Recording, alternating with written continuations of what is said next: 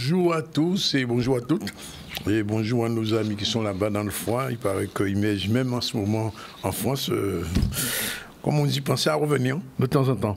Bien, alors ce matin, ce midi, on va recevoir dans un instant deux Nago, Myriam Nago-Lambert, bonjour.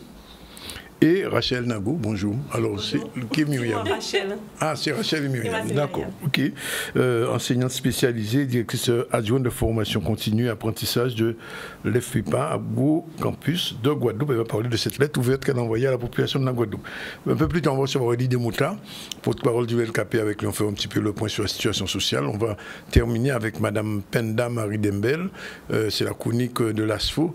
Et José Thiolepin, mais c'est l'habitude, on parlera aujourd'hui avec elle. Elle nous a dit un sujet un petit peu particulier, oui, le bain des marées, qu'on connaît en début d'année. Sinon, on va faire rapidement un petit tour sur l'actualité. L'actualité, c'est l'interview de Maître Bernier, l'avocate de la famille de Goyave, puisque vous savez qu'il y a eu une histoire encore en dehors de l'affaire Lambert. Il y a eu ce meurtre à Goyave. Une personne a été tuée par un gendarme hier. Et Mme Bernier explique un peu ce qu'elle est, puisqu'elle est, la famille s'est constituée partie civile pour savoir un peu ce qui s'est vraiment passé. On écoute son interview. Ce que je peux vous dire, c'est que la famille de la victime est aujourd'hui sous le choc. Que les faits ont eu lieu un petit peu après 8 heures hier. Que dès midi, je me tenais à la disposition de la famille pour les accompagner dans les premières démarches juridiques. Nous avons déjà pu porter plainte auprès de la gendarmerie de Capesterre-Belle-Eau.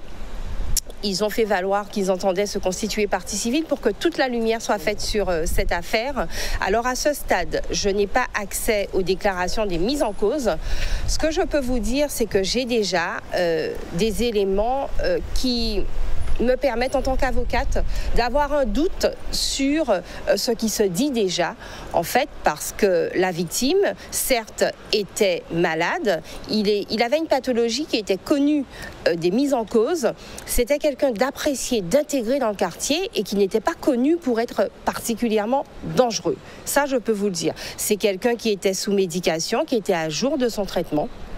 Donc aujourd'hui, alors hasard du calendrier, vous n'ignorez pas qu'à Marie-Galante, il y a eu des faits un petit peu similaires, où une personne qui présente des pathologies quasiment identiques s'en est prise à des officiers de gendarmerie. Ceux-ci ont riposté en utilisant le taser. Cette personne a pu être maîtrisée, il n'y a pas eu mort d'homme. Donc moi, ce que je répète depuis tantôt, c'est que la plupart des forces de l'ordre font leur travail, accomplissent leur mission de la manière dont on peut s'attendre. Mais à chaque fois qu'il y a bavure, il faut que la justice passe. Et dans cette affaire-là, nous sommes déterminés à ce que la lumière soit faite sur ce qui c'est l'exactitude même des faits. Voilà, c'est ce qu'on peut dire pour l'instant, cette affaire qui rappelle un petit peu l'affaire Jean-Claude, c'était à Déhay il y a quelque temps, cet homme qui avait été tué par les gendarmes jusqu'à aujourd'hui. Toujours aucune mise en examen, ni rien du tout sur cette affaire. On va la suivre. Alors je reviens vers vous avec l'affaire que présente Mme Nago-Lambert. Bonjour, puisque vous avez fait une lettre ouverte présentant la situation de vos terres familiales. Vous avez des photos qui montrent que vous avez vécu là depuis votre enfance et aujourd'hui il y a un problème. Alors explication un peu. Oui, bonjour et déjà merci de nous recevoir puisque en fin de compte c'est la première fois que nous prenons la parole en public. Oui.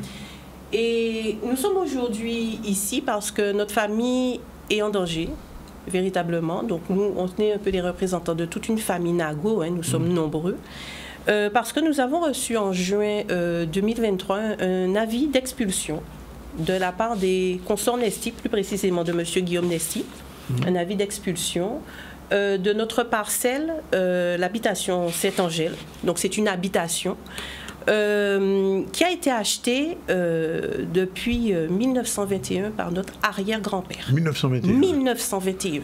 Et vous avez les actes d'achat et tout, tous les documents, alors, on a même un livre dans lequel on a retrouvé les références, un livre d'histoire, écrit par Daniel Édouard Marissette sur Goyave. Il est assez spécialiste de la commune de Goyave et on retrouve en 1921 Saint-Angèle, habitation de prêtre, dans les hauteurs de Bellevue, repas sommet d'un laïc, M.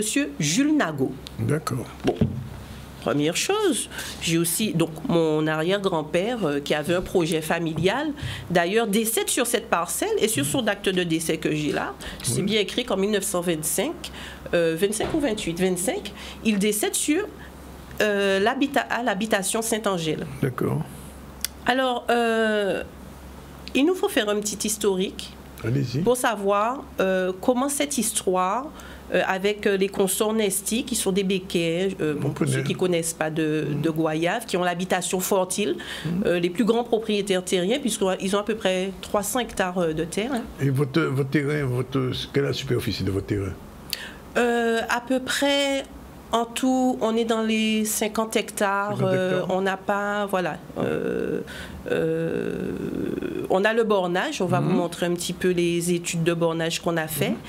Donc c'est, si vous voulez, donc je reviens, je fais un petit peu la chronologie pour qu'on puisse bien comprendre ce qui se passe, puisque dans les premiers temps, tout s'est bien passé. Avec les Nesty, on n'a pas eu de difficultés. Ce n'est qu'à partir de la Seconde Guerre mondiale, avec M. Albert Nesty, qui est le fils du premier Nesty qui avait les habitations Fortil, qui harcèle véritablement un de nos oncles resté sur les terres pendant que tous les autres étaient partis pour l'appel du général de Gaulle. Donc, ils sont partis à la guerre. D'ailleurs, nous avons perdu un oncle. Donc, pendant cette période, les terres sont vides, sont restées vides. Donc là, on voit, ça c'est nous petits, hein, il y a des photos qui défilent. Donc, on voit que même, donc je suis sur la photo toute jeune, qu'on est sur nos... Vous êtes sur la photo, là? Oui, oui. Le petit short jaune, c'est moi. Ah, d'accord. Je crois qu'en noir, au fond, c'est Myriam, qui est légèrement plus jeune que moi, mon frère, mes cousins. Donc, on a véritablement grandi sur cette parcelle, mais pas que nous. Hein. J'ai un oncle qui est né sur la parcelle, qui est encore vivant, qui vit à Goyave. Alors, voici Clotaire. J'aime beaucoup cette photo. Elle est dans ma chambre. Et c'est grâce à lui, si vous voulez, qu'au jour d'aujourd'hui, nous avons toujours nos terres. Pourquoi? Parce qu'il a résisté quand tous les hommes Nago étaient partis en guerre, dont mon grand-père, dont mon oncle Roger, qui est décédé d'ailleurs à la guerre, mon grand-père, je l'ai dit. Donc les hommes Nago sont partis à la guerre et pendant ce temps, donc les Nesty ont essayé de s'accaparer les terres. Ils n'ont pas réussi. Ils n'ont pas réussi, mais au vu de cette frustration, quelques années plus tard, c'est à coup de tribunaux, si vous voulez, qu'ils ont essayé de récupérer, coûte que coûte, ces parcelles, enfin ces terres, cette habitation Saint-Angèle, sur laquelle nous avons toujours vécu. Il faut savoir que ma grand-mère, j'ai aussi sa photo dans ma chambre, a élevé ses enfants sur cette parcelle parce qu'elle avait été achetée avec une maison, et c'est écrit sur l'acte de propriété que nous avons, où c'est bien stipulé que nous avons acheté 4 000 francs. Hein? Oui. Donc on a les éléments. Et elle a élevé toute sa famille-là, dont M. Emmanuel Nago, dont nous allons parler tout à l'heure, qui a reçu précisément un acte d'expulsion. Et donc en fin de compte, nous avons toujours habité sur nos terres. Toujours. Mais à quel moment le problème s'est posé récemment? Pas récemment, puisque ça fait vous avez déjà appris la guerre, vous avez déjà appris la guerre. Oui. Oui. Voilà. Oui. Alors, je crois que c'est dans les années 50 que nous avons eu la première action judiciaire de la part des Nesty. Et sur l'action judiciaire, qu'est-ce que Nesty demandait? Alors, les Nesty revendiquent catégoriquement les parcelles. Oui. Alors, régulièrement, nous avons reçu des demandes d'expulsion. Je sais que dans les années 50 ou 60, j'ai pas tout en tête, ils ont réussi à faire détruire une parcelle de canne de mes cousins. Donc toujours, on a été inquiétés. À partir des années 50, ça a commencé. Bon, ils ne s'attendaient certainement pas à ce qu'il y ait une sorte de résistance, puisque les parents savaient lire, savaient écrire, savaient rédiger des actes, savaient aller voir les notaires. Donc il y a une sorte de résistance juridique, mais les tribunaux ne nous ont jamais suivis. Pourtant, on a fait, même récemment encore en 2014, une étude, comment on appelle ça, une étude foncière qui justifie tout à fait notre propriété. Parce qu'il y a un plan du cadastre quand même qui existe. Exactement. Oui. Bon, alors là, au jour d'aujourd'hui, c'est véritablement les interrogations que nous avons. Parce que nous avons entendu également que nous ne sommes pas les seuls dans cette situation. Parce que ce qu'il faut comprendre, c'est que nous avions... notre parcelle s'appelait AD53. Oui. Disparue, volatilisée. On la retrouve en AD80 sur...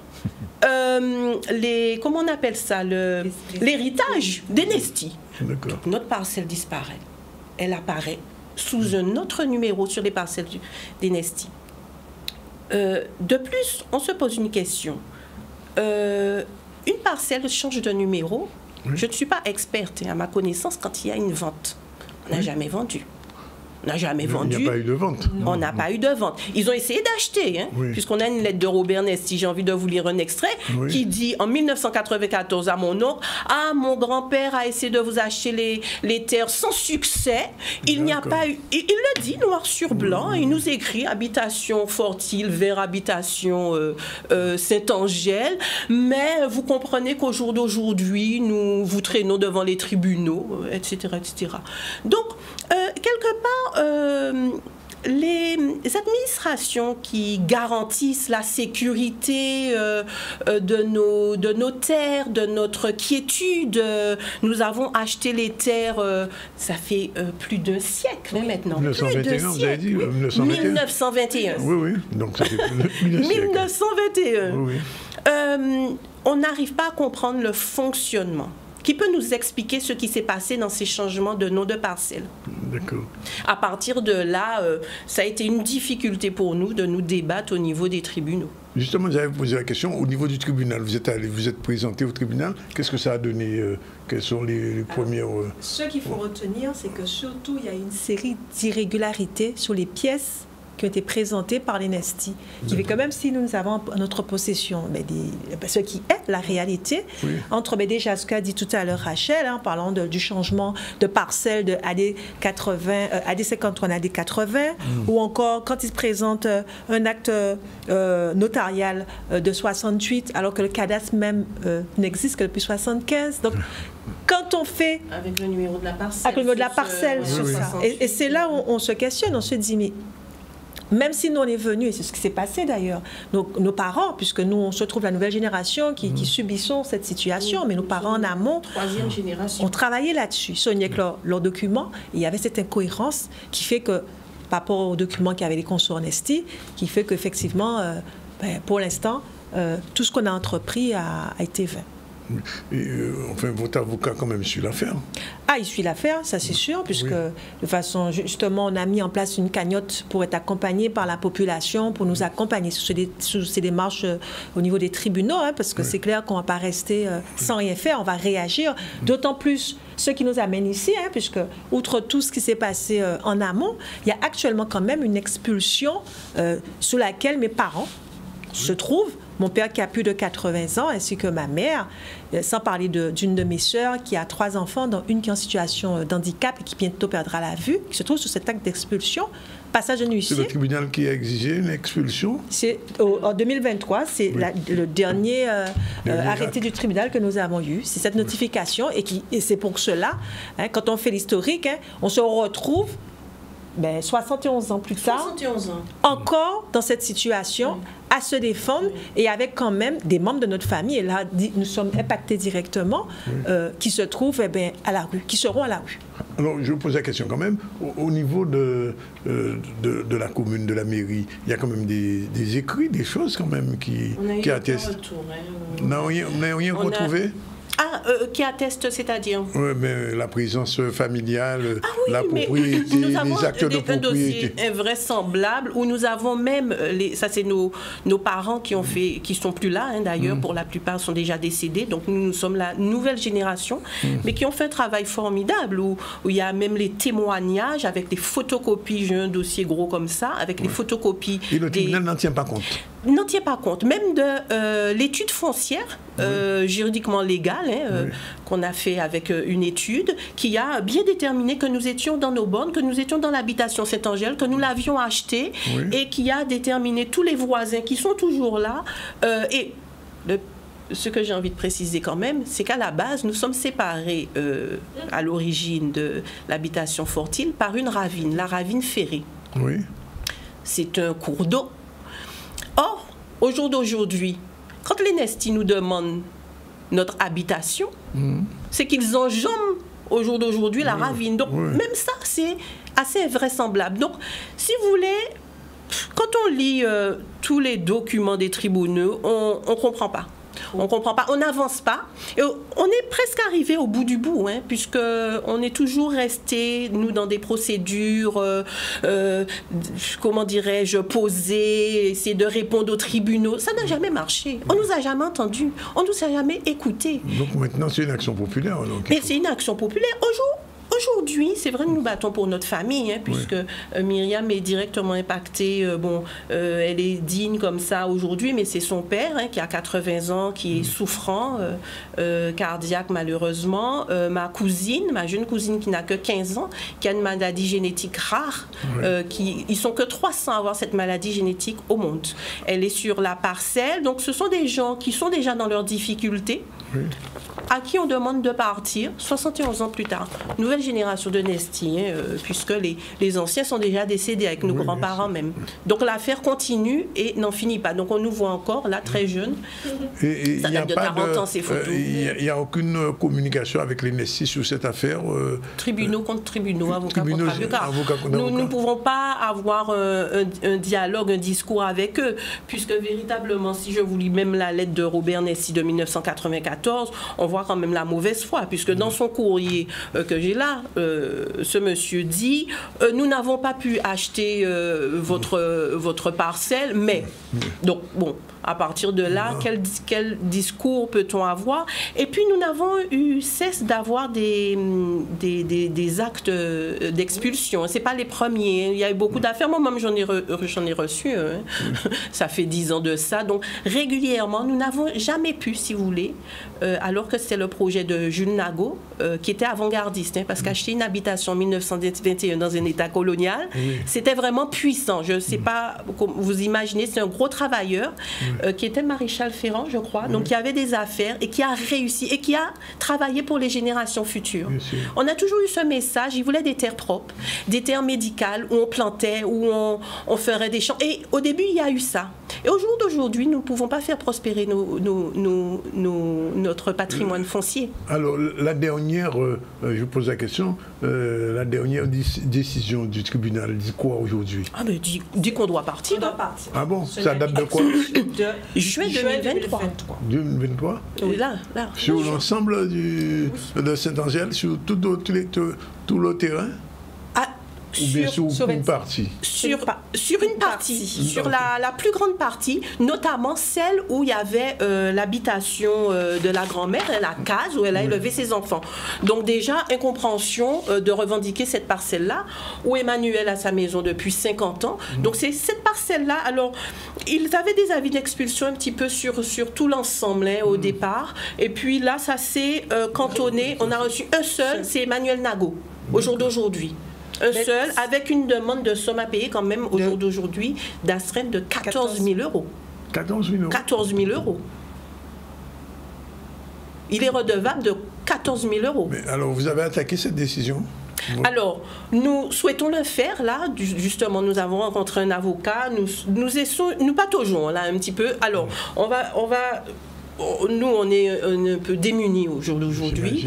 On s'est rapproché du collectif LCDM, un collectif populaire, Kiaba, parce qu'on a découvert aussi qu'il y avait d'autres affaires au Moule, à Petit Canal, à Sainte-Rose, des affaires où il y a des incompréhensions au niveau des pièces. À Trois-Rivières, oui. Alors, je ne connais pas bien le fond des affaires, mais on se rend compte qu'on ne le savait pas.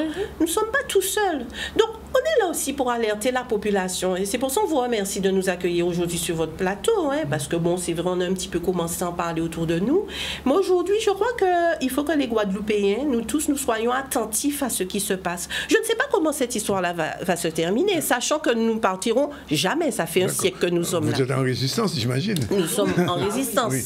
Alors, est-ce que, enfin, je posais comme la question, est-ce qu'à votre niveau, il y a un petit comité qui est créé pour pouvoir vous défendre ou bien un comité de la famille Nago, ou bien d'autres personnes. Oui. Nous sommes, justement, c'est dans ce cadre-là que nous sommes là, puisqu'il y a déjà le comité, déjà la famille Nago, où on est dans cette démarche de médiatisation, de travail, on travaille ensemble, on travaille aussi avec les avocats. En fait, là, on s'est rendu compte, ça fait 71 ans qu'on se bat, qu'on a en main des supports qui sont viables, et en face, quand on va voir les cas d'assez hautes, eh bien, on voit toutes les irrégularités qu'on a citées tout à l'heure, des changements de nom de parcelle, on n'avance pas. Et c'est pour ça qu'on a besoin que la population nous soutienne véritablement, parce que vous savez que c'est lourd à porter quand on parle dans cette démarche. Et donc, il est vraiment important que la population européenne puisse comprendre que, comme on disait, ils ne sont pas les seuls concernés, mais on a besoin d'être accompagnés. D'accord. Donc c'est un appel, on peut dire que c'est une alerte que vous faites aujourd'hui, vous concernant, mais qui s'étend à d'autres personnes de la Guadeloupe. Alors, sur le prochain, enfin j'ai envie de poser la question quand même, le prochain épisode judiciaire, c'est quand ? Eh bien, on ne sait pas encore. Là, vraiment, on est en train de mettre les choses en place, de comprendre quelle action on peut mener, puisqu'on est arrivé au bout des actions juridiques qu'on pouvait mener, en fait. Maintenant, on a un avis d'expulsion. Alors, que faire? On doit être conseillé par un avocat. Donc, c'est pour ça que nous avons créé une cagnotte également pour qu'on puisse nous accompagner, parce que ça va sans doute coûter cher. Donc, voilà où on en est. Bien. Mais écoutez, c'est une affaire un peu particulière. On va s'efforcer de suivre, et c'est sûr que vous nous donnerez des informations au fil du temps, sur tous les épisodes judiciaires, qu'on sache un petit peu ce qui se passe. Bien sûr. Et peut-être même un jour faire venir ici votre avocat, qui va peut-être donner l'aspect juridique de cette affaire. Parce que visiblement, c'est une affaire qui remonte un siècle avec beaucoup d'épisodes.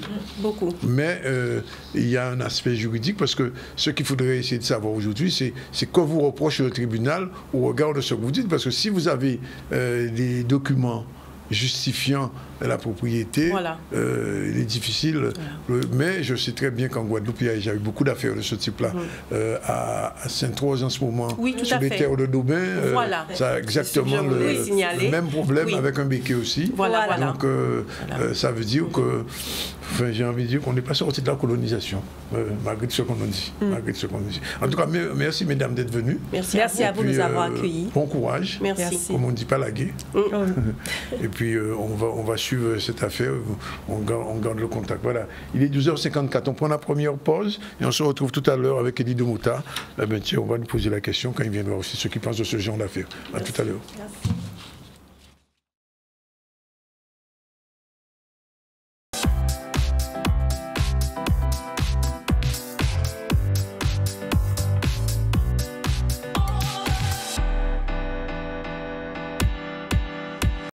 12h59, nous reprenons le fil de notre ZCL. Dans un instant, on va recevoir Elie Demouta et porte-parole du LKP, et Madame Panda Marie Dembel, qui est aussi directrice générale de l'ASFO. Avec eux, on va faire le point. Alors, rapidement, on revient sur l'affaire Lambert, puisque l'affaire Lambert est arrivée hier devant les tribunaux, et le bailleur semble être condamné à réparer les ex-locataires. On regarde un peu ce reportage. J'ai récupéré la décision de justice ce matin où j'ai été donc débouté moi de toutes mes demandes de mon avocate, et les parties adverses ont été consolidées dans chacune de leurs demandes, c'est-à-dire entre autres de récupérer leurs effets personnels, de récupérer leurs biens, de récupérer donc tout ce qui est démontable, et de récupérer des véhicules qui ont été laissés sur l'enceinte de la propriété. Je viens de prendre connaissance avec mon client de la motivation de cette décision. Je confirme ce matin qu'elle est plus que contestable juridiquement, que j'ai le sentiment qu'à travers Monsieur Lambert, c'est tout un collectif pour lequel je n'interviens pas, qui a été sanctionné, qu'on a voulu faire taire des velléités d'autres propriétaires qui se disaient dans la même situation que mon client. Il faut qu'on comprenne bien que le LCDM dont on parle dans ce papier, parce qu'ils sont cités dans ce papier, n'a pas expulsé Madame Huguet-Maud et Monsieur Melon Jean-Pierre et leur enfant. Ce n'est pas vrai, c'est un mensonge. Ils n'ont pas ni expulsé ni exfiltré, c'est pas vrai. Ces personnes sont parties. Elles sont parties, elles ont quitté le domicile. Et ce domicile est resté vide. J'ai personnellement conseillé à M. Lambert d'interjeter immédiatement appel. Donc il est en réflexion. Il devrait se prononcer très très rapidement parce qu'il me semble que cette décision-là, on ne doit pas la laisser passer. De la bouche de gens qui sont suffisamment bien renseignés, c'est-à-dire des instances, je sais que ça va prendre du temps. Mais ce que je dis à la population, c'est que je n'aurais pas pu attendre ce temps-là sous une tente. Je n'aurais pas pu attendre ce temps-là avec une femme enceinte. Ma femme n'aurait pas accouché sous une tente. Vous comprenez? C'est ça qu'on essaie de dire aux gens. Là, maintenant, on est chez nous. Donc, on s'apaise, on voit venir les choses. Vous le savez, une procédure judiciaire, j'ai l'habitude de le dire, c'est un combat. Ce qui compte, c'est la décision définitive. On est sur une décision qui est susceptible d'appel. Et je crois que mon client ne pourra pas en rester là, de toute façon, puisque je n'ai pas d'explication juridique à cette décision. La population a été solidaire, nous a aidés et continue à nous aider. Et nous acceptons ce soutien. Nous le recevons avec beaucoup de joie et beaucoup d'amour. Mais ça n'aurait pas été possible si j'étais encore sous cette tente et seul dans la situation où nous étions. Là où nous en sommes pour cette affaire, on a vu tout à l'heure une autre affaire. Elie Mota, on a envie de poser une question là. C'est un esclavage aboli. Juridiquement, oui. Mais la pérennisation de la domination coloniale, c'est ça qui ressortit dans le décret d'abolition du 27 avril 1848. Il ne faut pas oublier que le premier article a dit que l'esclavage aboli, mais que l'article 4 là, ou l'article 5 là, a dit qu'il faut indemniser les propriétaires d'esclaves. Et c'est ça en 1849 qu'il faut fait. Et il faut indemniser les propriétaires d'esclaves pour pérenniser la domination coloniale et pour pérenniser la domination blanche sur la majorité noire. Et donc, les institutions françaises et toutes ces structures-là qu'elles ont créées à partir de là, c'est des institutions racistes. Les institutions françaises décidant, c'est des institutions qui construisent sur des préjugés racistes qui ont perduré depuis la nuit des temps. Donc, si vous fait ça, c'est que vous considérez que le noir, et qu'on dit mettre de tout ce qui tire son origine de cette couleur, c'est des sous-hommes, et que l'homme, c'est le blanc. Donc, le décret d'application, il y a dans l'esprit là ça.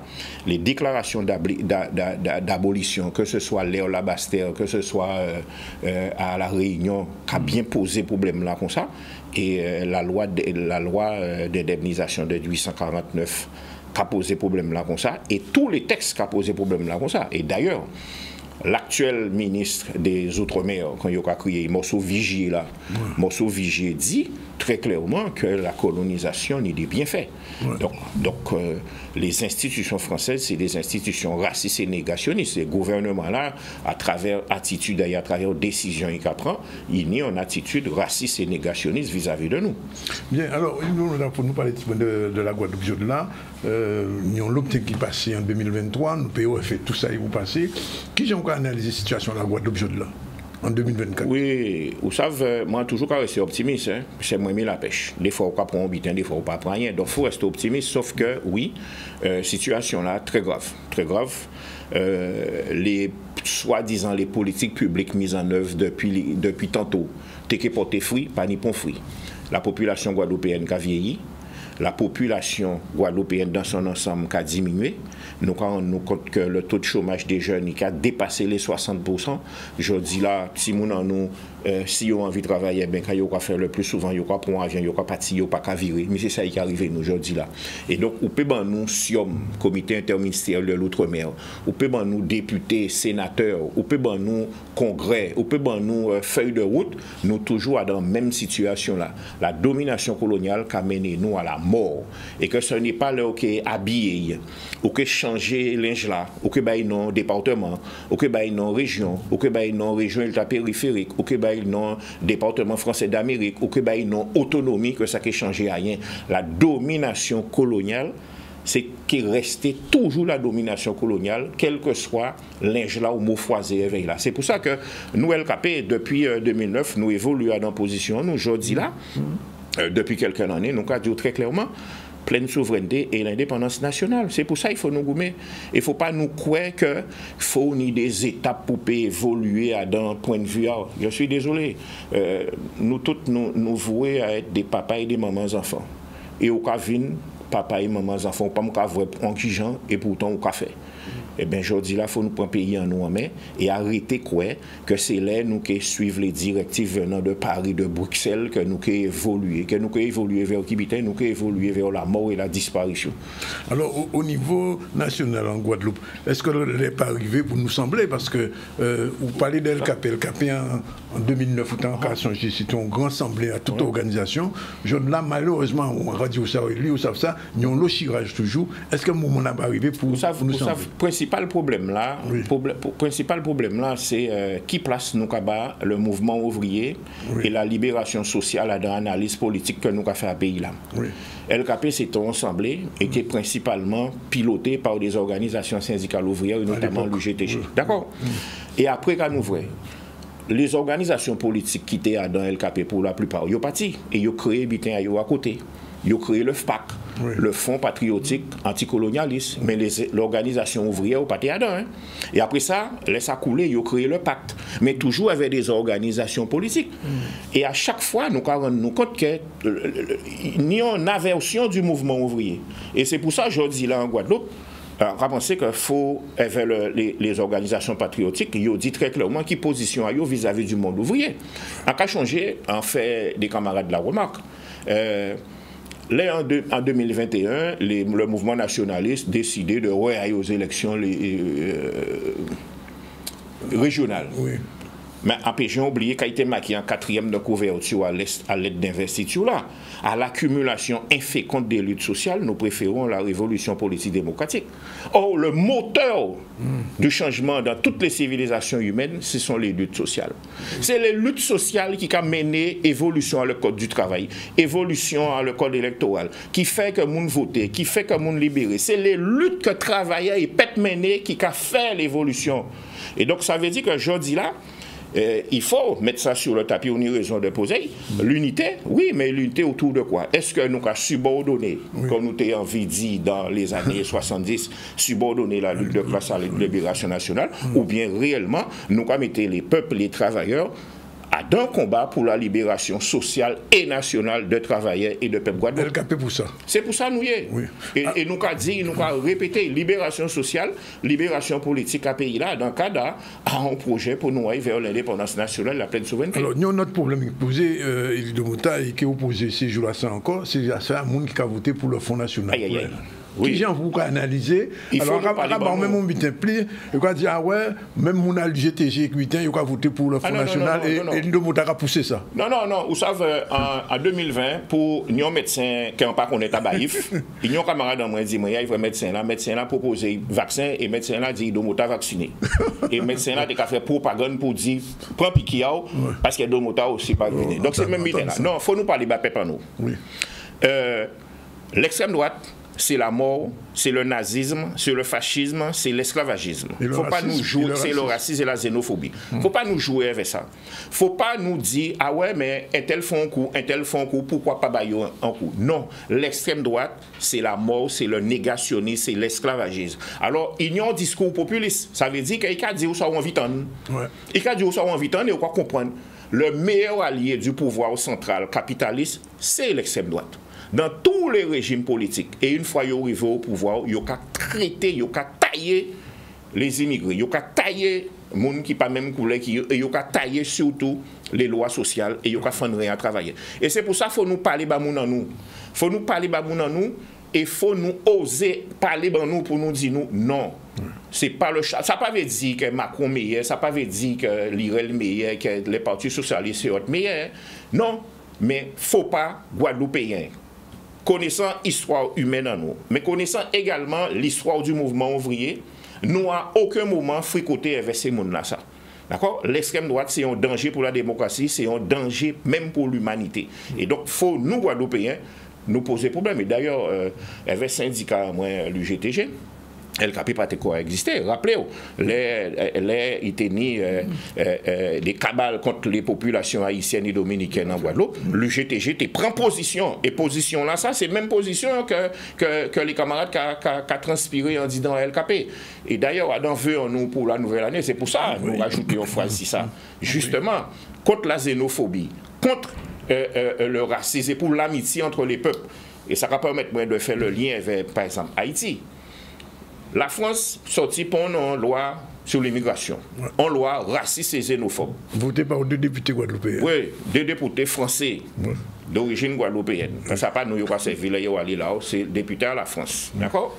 Eh bien, attendre le Parti socialiste qui a voulu la boue.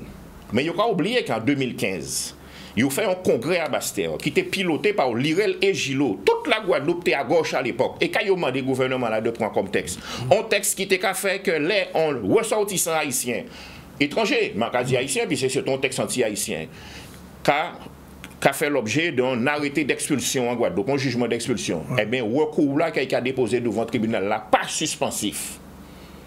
D'accord? Ça a fait. Et donc ça, c'est la porte ouverte à toutes les dérives. Au cas où il est un étranger à Paris, il n'a pas ni papier, il a fait un recours là suspensif d'expulsion. Au cas où il est un étranger en Guadeloupe, il a fait un recours là pas suspensif d'expulsion. C'est là où il va pas au prince, il va étudier et il va changer, ni en mieux expulsé en plein cyclone. Et donc, c'est pour ça que nous avons mis tout le monde devant responsabilité. Et en même temps, nous avons dit, non, pas d'intervention militaire en Haïti, puisqu'il y a 12 millions de monde en Haïti. Je dis là, les gangs qui ont sévi en Haïti, ils sont alimentés par le physique à Miami. Hein. Donc, si les Américains envie physique pas rentrer en Haïti, ils sont capables. Et on a 12 millions d'Haïtiens. Là, la guerre civile qui a commencé, et vers l'arrivée des troupes du Kenya qui viennent pour tuer les gens en Haïti, combien de milliers d'Haïtiens qui arrivent ici dedans? D'accord? Et donc, on nous réfléchit à tous ces bitins-là, c'est pour ça que nous avons parlé. Non, solidarité vers le peuple haïtien, que le peuple haïtien réussit, les voies et les moyens, puis mettre à casa une autorité politique pour que le pays aille, et faire en sorte, justement, que l'amitié et l'amitié entre les peuples, eh bien, nous nourrit. Qui feuille de route à l'LKP pour 2024? Eh bien, nous pouvons déterminer feuille de route là, mais rentrer solennelle en nous faisons le 20. Le 20 janvier, puis c'est l'anniversaire à LKP, par une conférence où nous avons plusieurs interventions. Une intervention justement avec un militant politique directement en Haïti, pour parler nous de ça qui vivent en Haïti, un militant politique et syndical, ça qui vivent en Haïti, et pour nous bien dire à tous les ressortissants guadeloupéens et toute la communauté internationale, puisque ce jour-là, ça c'est une journée internationale de solidarité vers le peuple d'Haïti à travers plusieurs pays de la zone Caraïbe et en Amérique du Sud également. De dire non à l'intervention militaire des troupes du Kenya, payée par les États-Unis et financée par les États-Unis et orchestrée par l'ONU. Ça va remettre en cause intégrité à pays là et ça va remettre en cause souveraineté à pays là. Deuxième intervention qui est jour là, ça c'est intervention à M. Gilles Devers qui est avocat à les Palestiniens et qui est initiateur de la plainte pour génocide devant la Cour pénale internationale qui a instruit ces jours là ça.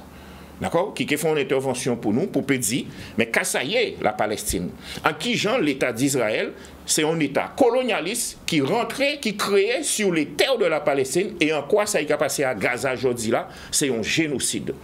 Qu'il y a une intervention, c'est ça. Et troisième intervention, c'est qu'il y a LKP pour reparler de la question de l'autodétermination de la Guadeloupe, de la question de l'indépendance nationale et de bien faire comprendre à la population guadeloupéenne que cette histoire d'autonomie que vous racontez nous là, c'est ni plus ni moins qu'un rempart pour nous pas jouer un vrai chimère à l'indépendance. Est-ce que le 20 janvier, on a posé une question là comme ça, LKP a invité les organisations anticolonialistes guadeloupéennes?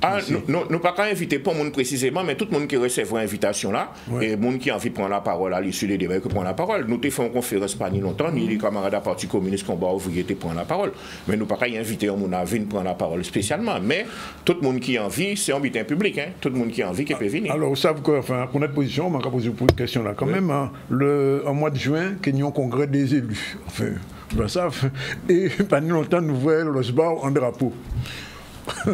Enfin, l'autre jour, nous avons des discussions. Voilà, vous savez, bon, encore respecter le drapeau à tout le monde. Mais désolé, hein, je dis là, le drapeau à l'UPLG, pour moi, il pète caractère révolutionnaire.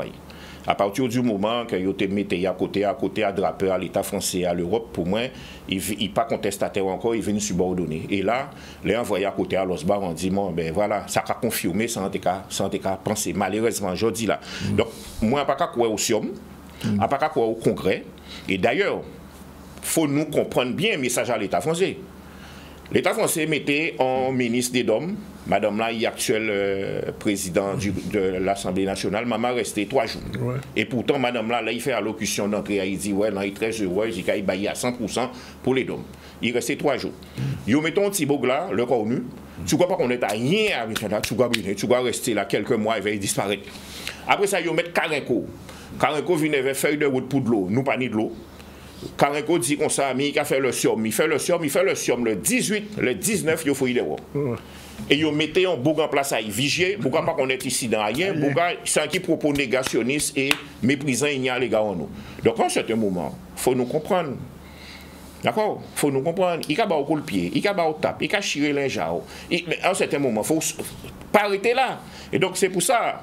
En nous débattre, en nous discuter, en d'accord, en nous parler d'unité, mais l'unité dans l'action pour nous payer vers l'émancipation sociale nationale, vers l'indépendance nationale, la pleine souveraineté. Nous ne pouvons pas rester là, et si on fait bilan sur les 50 dernières années, nous on recule total. Nous on recule sur tous les sujets, même au niveau sportif, où nous avons fait un bitin, qu'on y a tout bitin là en déclin. En certain moment, il faut nous arrêter, à nous prendre nous en main et à nous dire l'État français. Merci à l'image de ça qui a passé au Niger, au Mali ou bien au Burkina Faso. Merci beaucoup. Rentrez chez vous, allez occuper des bitins à autres. Laissez-nous, puisque c'est en qui malaise on va faire nous trapper. Alors, vous ne pouvez pas parler de ça, mais enfin, ça était dans l'air. Nous avons bien créé à l'époque le MUFNLG. Mouvement d'unification des forces de libération nationale de la Guadeloupe. À l'époque, c'est le PRG qui était quand gens chapeauté ça. Est-ce qu'aujourd'hui, là, on va penser que c'est nécessaire que nous ayons un fonds de libération en Guadeloupe? Ça obligé fait. Mais ça qui est fait dans le mouvement. Il ne faut pas que ça fait en fait de façon mécanique que moi, vers aussi, c'est là, il va dire, toi, comment nous faisons habiter. Non, il faut que ce soit le mouvement, et deuxièmement, il faut que le mouvement ouvrier ait une place prépondérante. Quoi vrai? Il faut, parce que, vous savez, entrapé en discussion l'autre jour avec Bicep à l'UPLG. Nous avons suivi les démarches qu'il a faites au niveau international avec l'ONU, puisque nous connaissons ça bien, nous avons fait. Premier bitin, il a demandé devant le comité des 24, c'est qui lutte au mené et qui répression qu'a subi.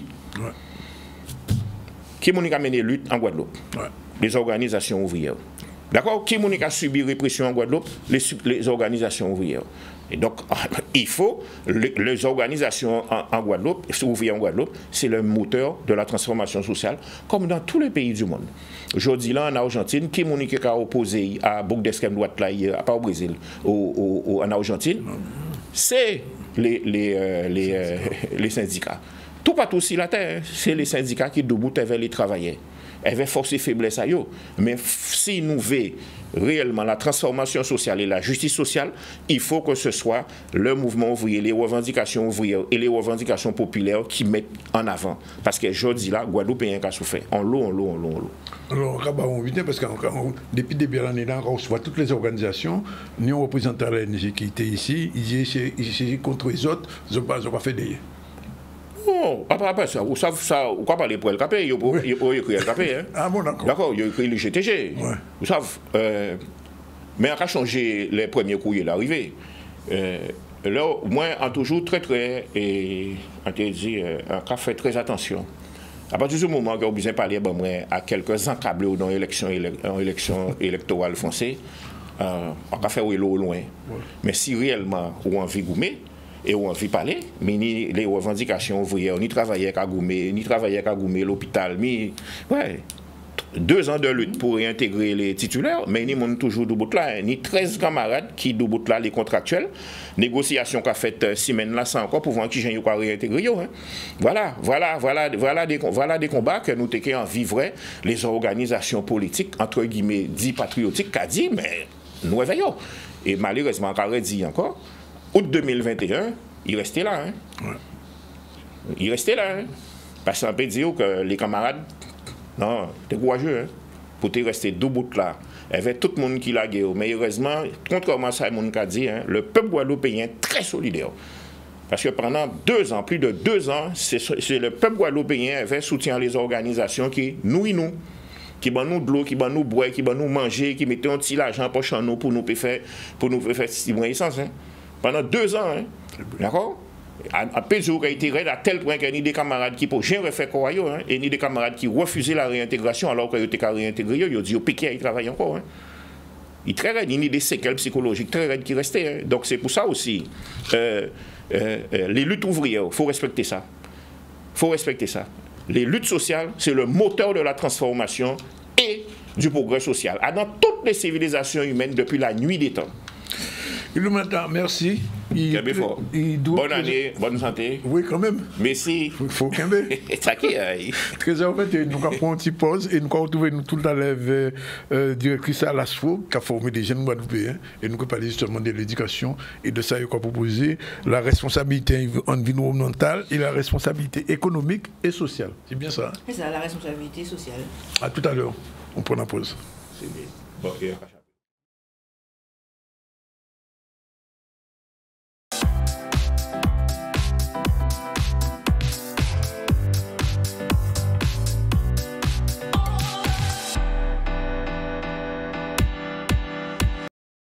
Voilà, il est 13h27 dans le ZCL News. C'est la dernière séquence. On va recevoir dans un instant, je vous l'ai dit, la directrice de l'ASFO qu'on resalue. Bonjour. Bonjour. Un peu plus tard, on va recevoir notre Mangipon.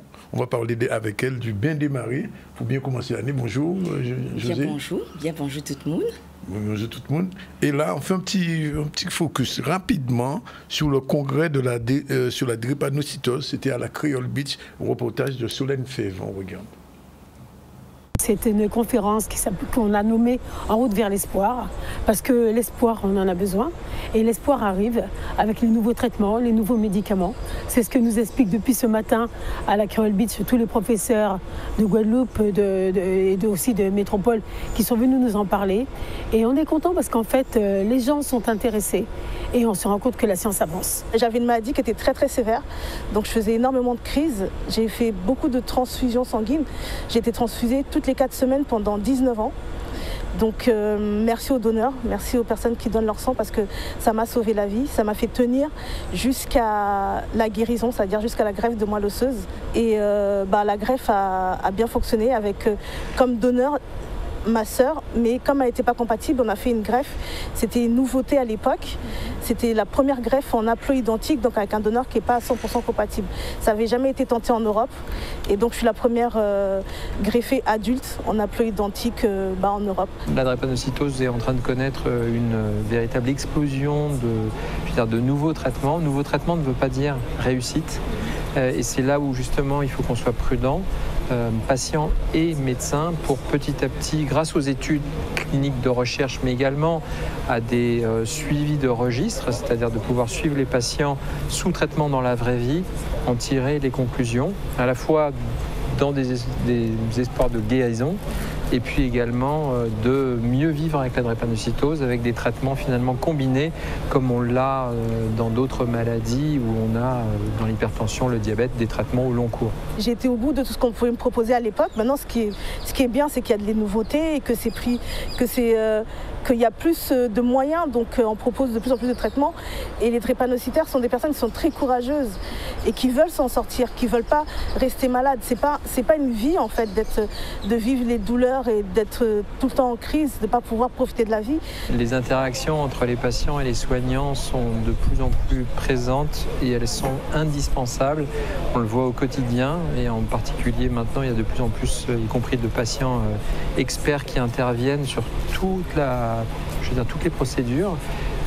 Et ça, c'est vraiment une réticence que nous, cliniciens, on a eu pendant des années et qui petit à petit est levée et on voit à quel point ça enrichit en fait nos expériences mutuelles. Moi, ma mission, c'est d'apporter de la formation, de leur apporter des outils aux soignants pour qu'ils puissent comprendre cette maladie, qu'ils puissent comprendre ces douleurs, qu'ils puissent comprendre les patients. Donc j'ai créé une formation qui s'appelle Au cœur de la douleur pour leur faire comprendre les douleurs et améliorer donc par ce fait la prise en charge.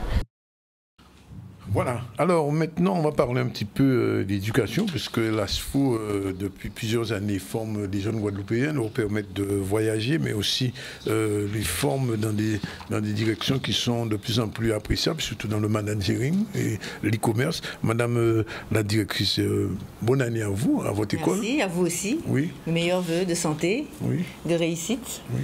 Voilà. Que propose l'ASFO pour l'année qui vient? Alors pour l'année qui vient, l'ASFO se propose de continuer le travail qu'on a commencé en termes d'offres de formation et puis d'accompagnement des jeunes. Au-delà de l'offre de formation, on a vraiment tout un projet d'accompagnement des jeunes sur les aspects, on va dire, limitrophes de la formation. Donc les aspects sociaux, de conditions de travail, de conditions d'éducation, etc. Donc l'objectif un peu aujourd'hui, c'est de vous parler de la responsabilité sociétale qu'a l'ASFO, pas en termes de responsabilité sociétale RSE pure, qui est une obligation presque pour des entreprises, mais parce que ça fait vraiment partie de l'ADN de l'ASFO, de par son statut associatif, c'est une association à but non lucratif, et puis de par la nature de ses activités. Mais comment vous mettez ça en place concrètement?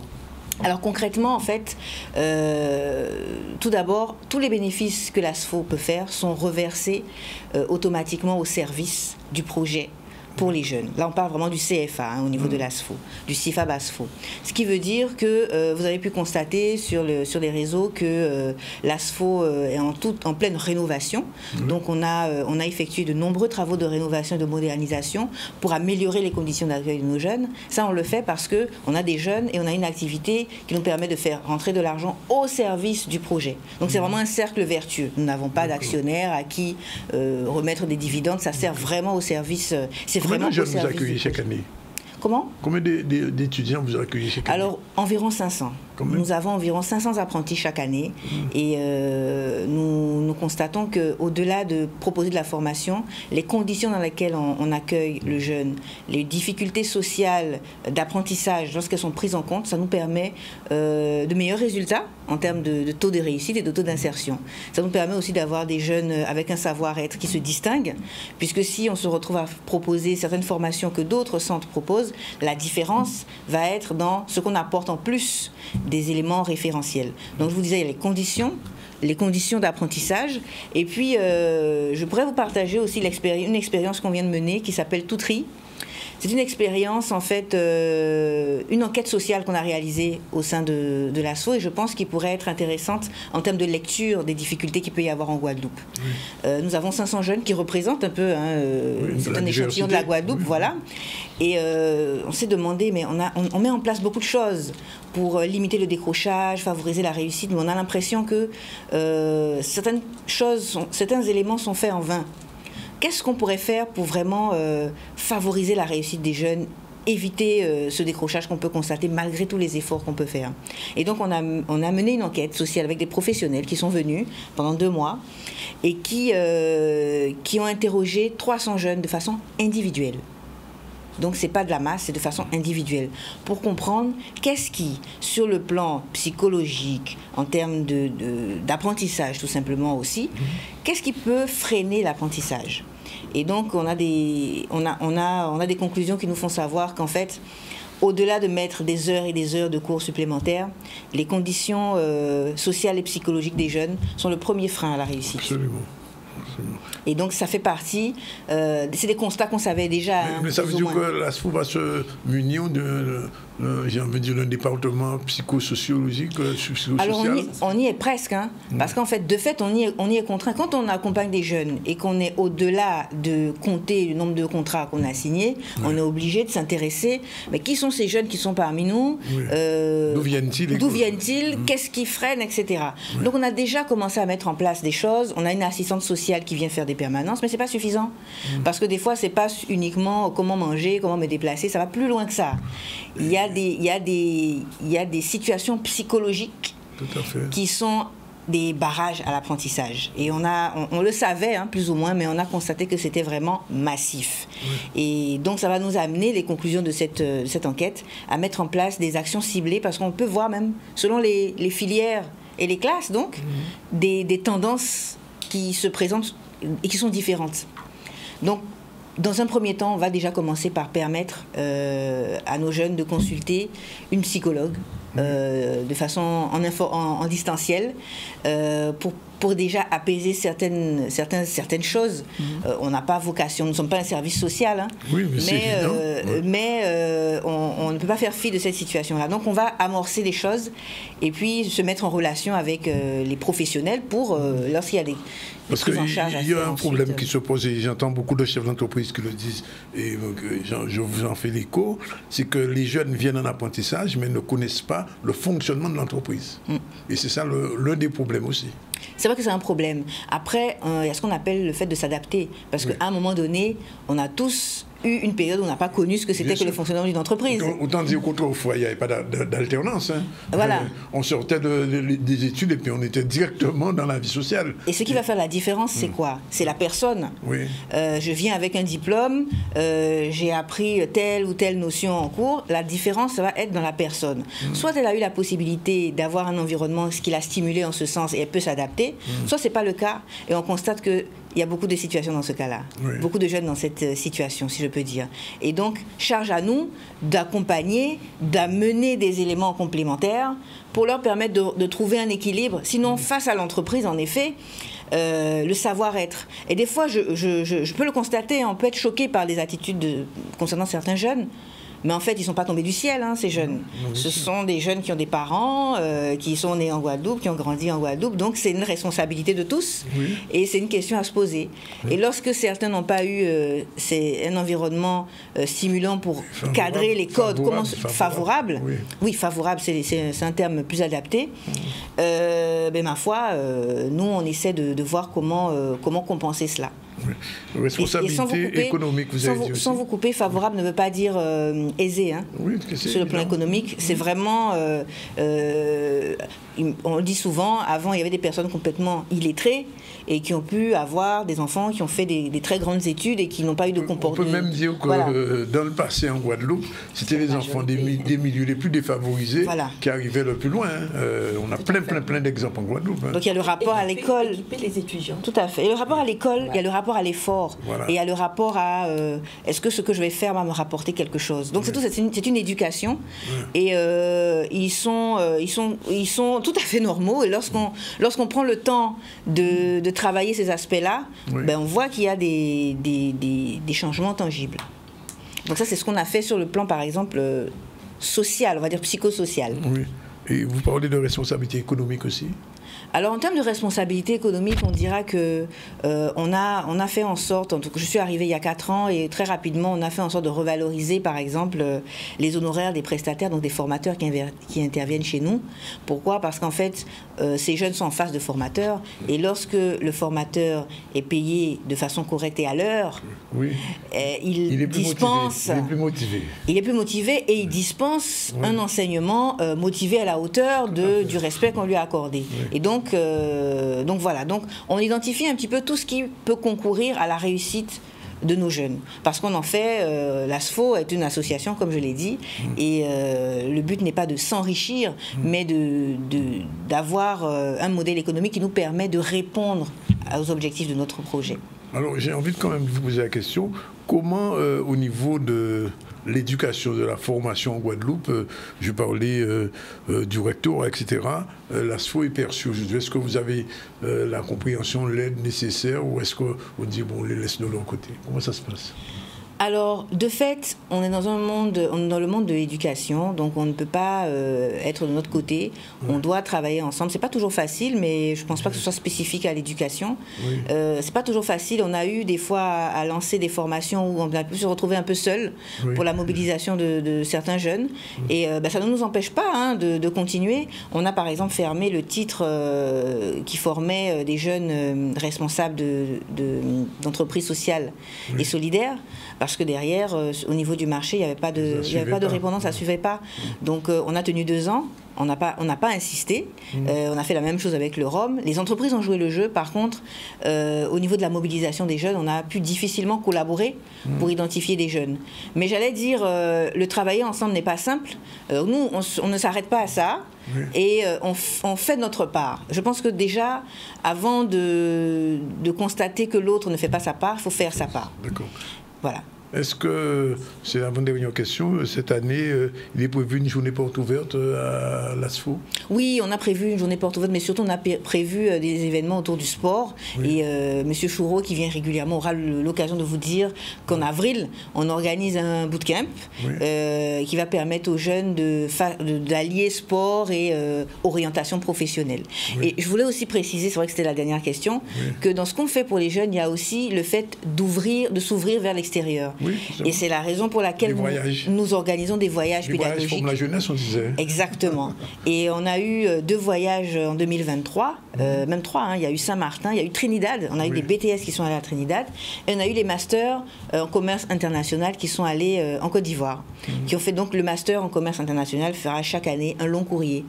Donc dépaysement total, on peut avoir l'impression que on se ressemble tous plus ou moins, mais c'était vraiment un dépaysement total et j'étais vraiment ravie de les accompagner parce que ça participait aussi à une éducation et on a beaucoup travaillé sur le savoir-être et le fait de s'adapter, d'être à l'écoute d'une autre culture et des autres. Le prochain voyage, c'est quand? Alors les prochains voyages, il y en a 2 de prévus, 2 classes en tout cas partent aux États-Unis en février.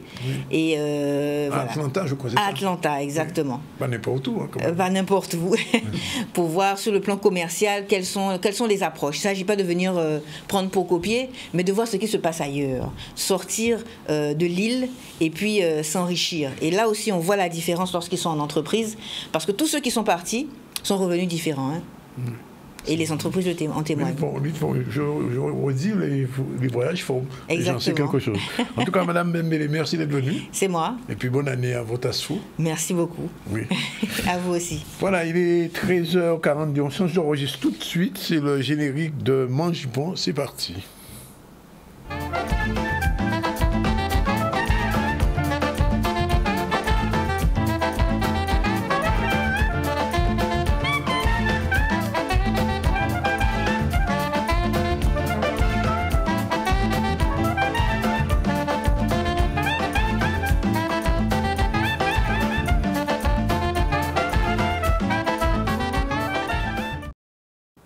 José, bien bonjour, bonne année.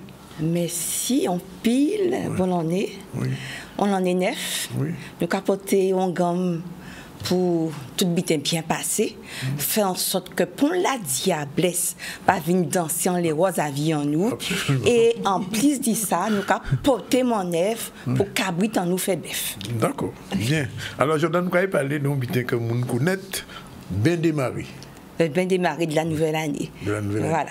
Alors, expliquez-nous ça. Alors, comment on peut définir ça? Comment on peut définir le bien démarré? Alors, c'est un rituel de passage d'une année à l'autre. Donc, c'est un rituel qui existe depuis la nuit des temps.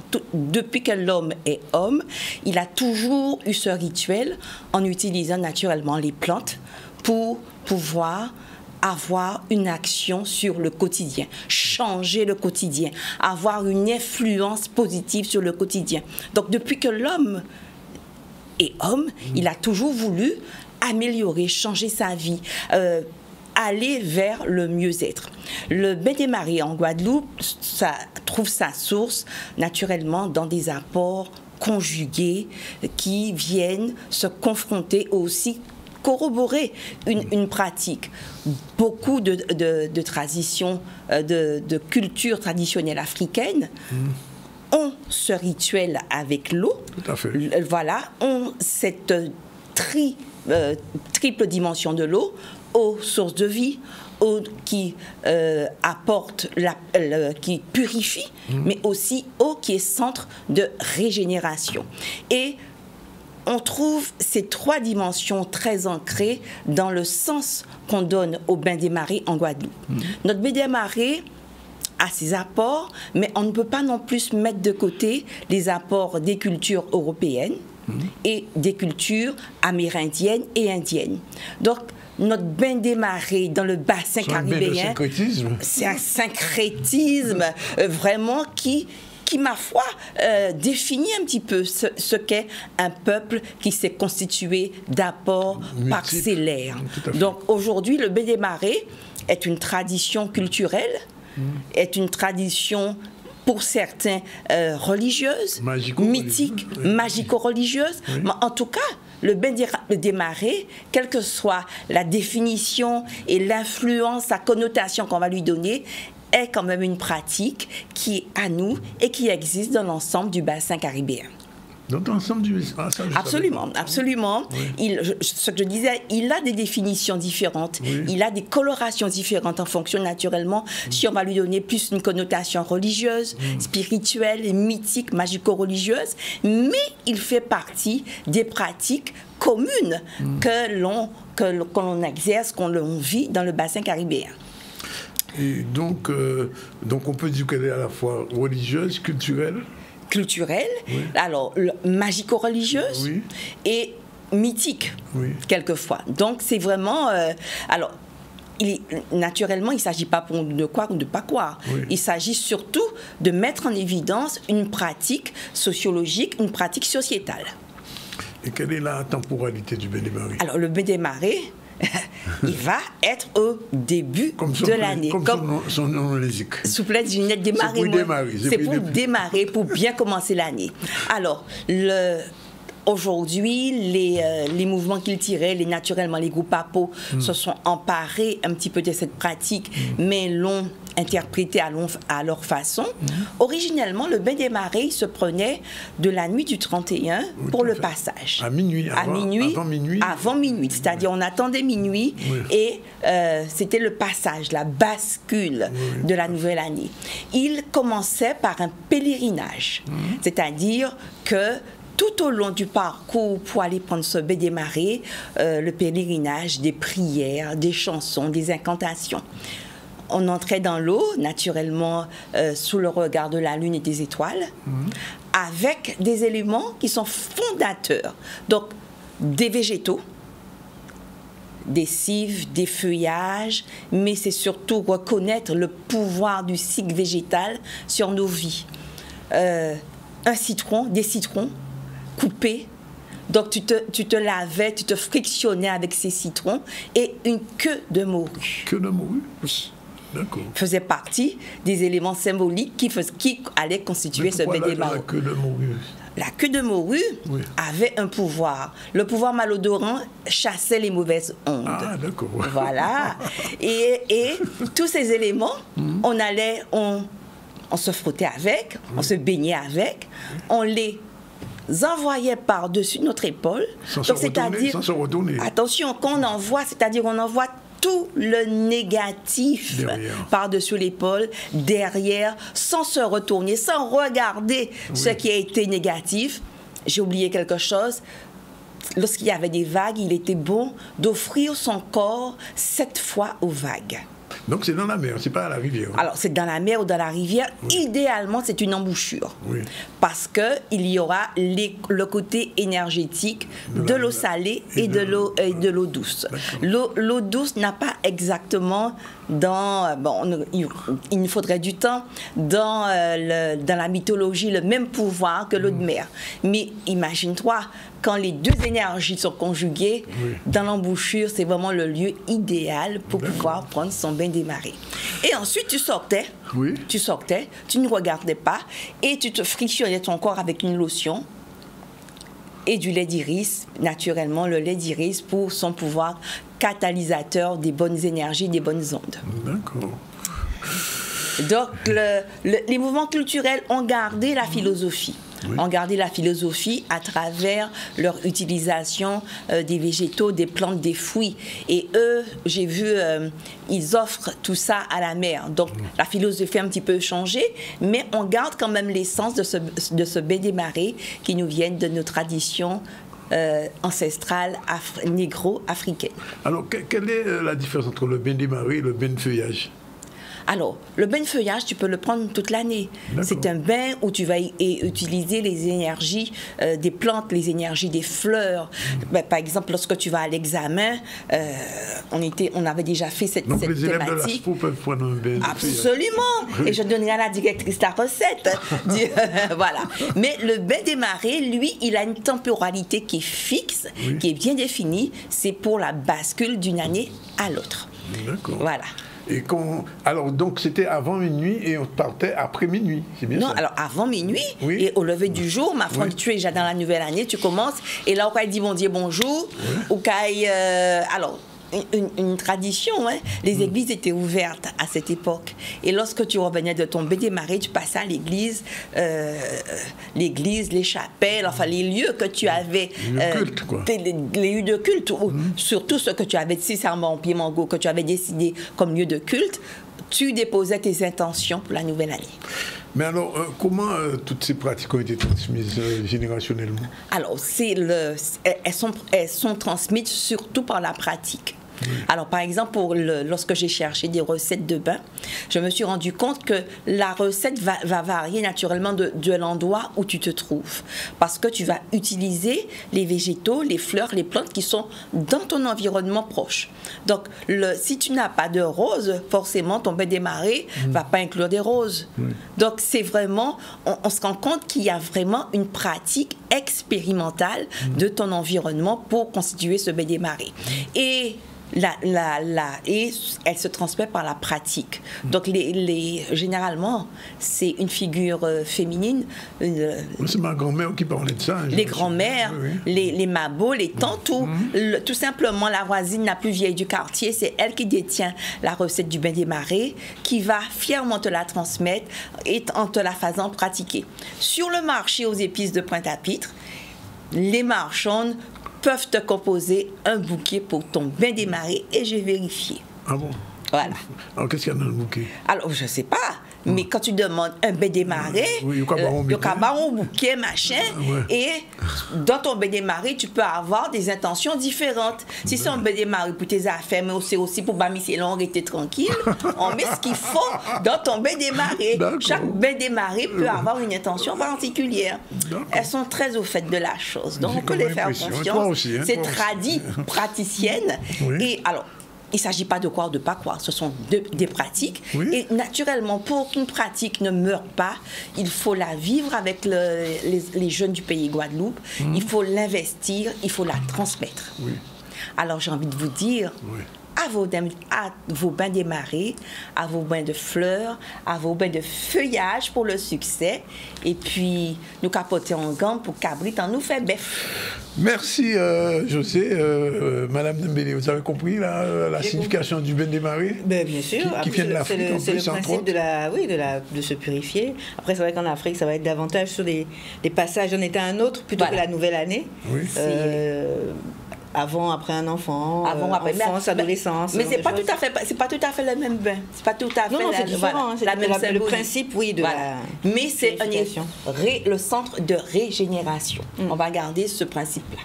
Voilà, il est 13h53, c'est la fin du ZCL News. Je rappelle en début de cette émission, on a reçu Madame Nago Lambert et Madame Rachel Nago. Toutes ces deux personnes sont victimes aujourd'hui d'une tentative d'expropriation de leurs 50 hectares de terre par une famille de Béquet dans la région de Goyave. Elles ont expliqué un peu les raisons de leur déplacement et surtout les motifs de cette affaire qui remonte à 1921, puisqu'elles ont expliqué que depuis 1921, leur grand-père avait un territoire, un terrain, et aujourd'hui, par des artifices juridiques, une famille de la région de Goyave essaie de s'approprier ce terrain. On a vu, d'ailleurs, on en a parlé tout à l'heure en off avec Domota, puisque dans la région de Daubin, c'est exactement la même situation avec un autre Béquet. Justement, on a reçu Elie Domota avec lui, qui est porte-parole de LKP. On a fait un peu le bilan de ses actions, mais surtout le prévisionnel. Il a donné rendez-vous le 20 janvier. Il y aura une grande manifestation où on va soutenir Haïti, mais il y aura d'autres interventions.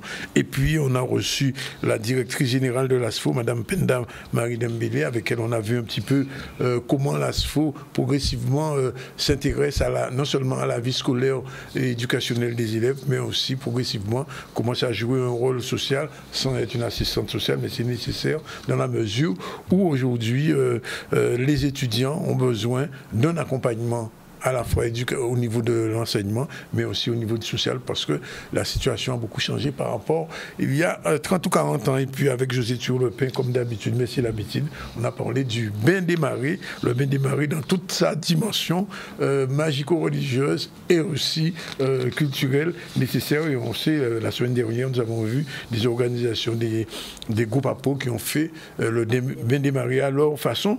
Et petit erreur, ils ont fait, parce qu'il faut le dire, ils ont fait le bain des marées après minuit, alors qu'en réalité, le bain des marées se fait avant minuit, le 31, et se termine. Non, pas avant minuit, c'est-à-dire tu attends les derniers souffles du 31 pour la bascule. Pour basculer le lendemain. Voilà. Sinon, au niveau de l'actualité, le congrès de la Drépanoum, on en a parlé. On a vu Maître Bernier à 2 reprises. Maître Bernier, qui est avocat de la famille Lambert à Goya, puisque vous savez, à Olamantin, vous savez ce qui s'est passé, cette famille qui avait été dépossédée d'un terrain et d'une maison surtout, et qui s'est réappropriée. Hier, il y a eu l'affaire passée au tribunal, et le bailleur, semble-t-il, a été condamné à réparer les ex-locataires, mais il y aura encore un appel sur cette question. Voilà, c'est fini pour aujourd'hui, on vous remercie. Demain, on se retrouve à 12h30, mais avant, on vous donne le proverbe du jour en créole, peut-être pas un trop lourd pour mettre à y. Effectivement, proverbe du jour, mon tête est peut-être à oui, puis pas le lourd pour mettre à. Il y a un proverbe du même. Il y a le même bitin à cet été. Voilà. T'étais pas trop lourd pour l'estomac. Voilà, exactement. Proverbe créole en temps en temps. C'est Oudalia qui nous propose ça. On est mercredi 10 janvier. On se donne rendez-vous demain, le 11 janvier. On vous remercie de votre attention. Bonne journée à vous. Toujours pareil. Surtout, faites attention sur les routes.